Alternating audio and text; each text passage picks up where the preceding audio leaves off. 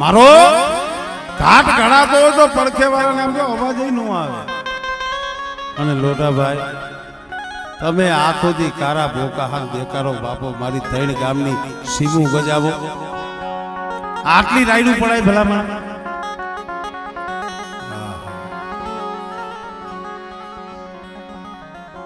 તઈ ઓલા લોટાએ બહુ સારો જવાબ આપ્યો. આંબર ભાઈ તે જવાબ બહુ સારો. આવું કોઈ મને પૂછ્યું નથી. આજ તે પૂછ્યું છે ને તને જવાબ દઉં કે શું કોનાને કહે છે તારો ઘાટ ગણાય તો એ હંધા હથિયાર છે ને આવો ભાઈ માં હથોડી હોય ને હંધું જે કઈ તો અલગ હોય લાકડું હોય એમ તારો ઘાટ ગણાય તારા માંથી જે ઘા પડતા હોય છે એ પાયરકા હોય છે પાયરકા. અને લોટું કે જ્યારે મારો ઘાટ ગણાય ને નીચે એરણ હોય ને એ લોટાની હોય માથે ઘણના ઘા પડતા હોય એ લોટાના હોય. મન મારા ને મારા ઘા મારે એની મન વેદનાયું થાય મને વેદનાયું થાય.